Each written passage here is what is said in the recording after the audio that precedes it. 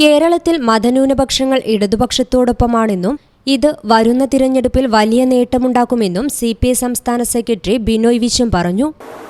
ഇതെല്ലാം ചെയ്തുകൊണ്ട് BJP സമ്പദ്ഘടനയോട്, രാഷ്ട്രീയ ഘടനയോട്, ഭരണഘടനയോട്, സമൂഹഘടനയോട് എല്ലാത്തിനോടും കാണിക്കുന്ന അനീതിക്ക് ജനങ്ങൾ തീർച്ചയായിട്ടും പകരം വീട്ടും. അതുകൊണ്ട് ഈ പോരാട്ടം കോൺഗ്രസ് BJP ഐക്യത്തെ തോൽപ്പിച്ചുകൊണ്ട് ഭരണഘടനയെയും അതിലെ ഭരണഘടനാ സ്ഥാപനങ്ങളെയും അതുപോലെ തന്നെ മതേതര ജനാധിപത്യ മൂല്യങ്ങളെയും സംരക്ഷിക്കാൻ ഉള്ള പോരാട്ടമാണെന്ന് കമ്മ്യൂണിസ്റ്റ് പാർട്ടി കാണുന്നു. ആ നിലയ്ക്ക് ഞങ്ങൾ സജ്ജമായിക്കൊണ്ടിരിക്കുകയാണ്. ഇവിടെ BJPയുമായി കൈകോർത്ത് പിടിച്ച കുറ്റത്തിന് ജനങ്ങൾ ശിക്ഷിക്കും കോൺഗ്രസ് പാർട്ടിയെ. BJP എന്തായാലും പരാജയപ്പെടും.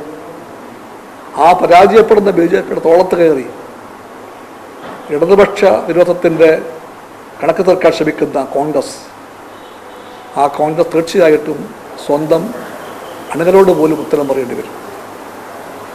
കേരളത്തിലെ കോൺഗ്രസ് എന്താ ഇപ്പോൾ ചെയ്യുന്നത്? ഏറ്റവും പ്രമാണപ്പെട്ട കുടുംബങ്ങളിലെ 2 പിന്മുറക്കാരെ ആദ്യം തന്നെ കോൺഗ്രസ് കൊടുത്തു BJPക്ക്. ന്യൂനപക്ഷങ്ങളുടെ LDF അനുകൂല മനോഭാവത്തെ മറികടക്കാൻ BJPയുമായി കൂട്ടുകെട്ടുണ്ടാക്കാനാണ് പലയിടത്തും കോൺഗ്രസ് ശ്രമിച്ചുകൊണ്ടിരിക്കുന്നത്.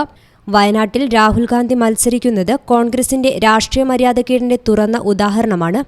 ആരാണ് ഈ നിർണായക രാഷ്ട്രീയ യുദ്ധത്തിൽ മുഖ്യശത്രു എന്ന് കോൺഗ്രസിന് ഇപ്പോഴും ബോധ്യമായിട്ടില്ല. BJPയെയും സംഘപരിവാറിനെയും ചെറുത്തു തോൽപ്പിക്കുകയാണ് ഇടതുപക്ഷത്തിന്റെ ഒരേയൊരു ലക്ഷ്യമെന്നും ബിനോയ് മലപ്പുറത്ത് പറഞ്ഞു. News bureau, Malappuram. ഇനി എല്ലാ ആഘോഷങ്ങളും കവിതയിൽ നിന്നാകും. കവിത ഗോൾഡൻ ഡയമണ്ട്സ്.